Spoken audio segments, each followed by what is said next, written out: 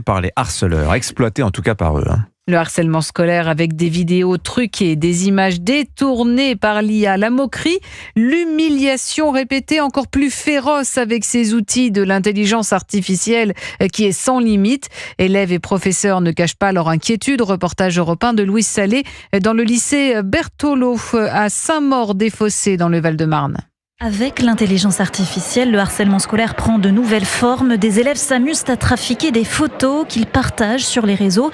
Oumar Dembélé s'en inquiète, il est conseiller principal d'éducation. C'est souvent sur Snapchat, on a eu des montages photos où on a des élèves qui sont mis en scène dans des situations gênantes. On a une tête de mouton qui a été remplacée par une tête d'élève. La difficulté qu'on a, c'est que ça circule très vite. Vraiment au sein de l'établissement, avec la vitesse des réseaux sociaux. Souvent, le montage est grossier, ce sera de moins en moins le cas avec des images vraisemblables dans lesquelles les jeunes se retrouvent dans des situations intimes ou humiliantes. C'est ce qu'anticipe le proviseur du lycée, Pascal Bolloré. Cette utilisation, y compris de l'intelligence artificielle, pour recréer des fausses images, des fausses vidéos, pour moi, c'est le stade suivant de ce cyberharcèlement qui va être extrêmement difficile à gérer. Massilia, 17 ans, le craint aussi. Elle souhaite que les lycéens soient davantage sensibilisés au sujet. C'est des outils qu'on utilise tous, mais concrètement, savoir la manière dont ils fonctionnent vraiment, c'est quelque chose d'absolument pas acquis pour tout le monde en fait. La ministre a annoncé la semaine dernière que les collégiens et les lycéens suivront une formation à partir de la rentrée 2025.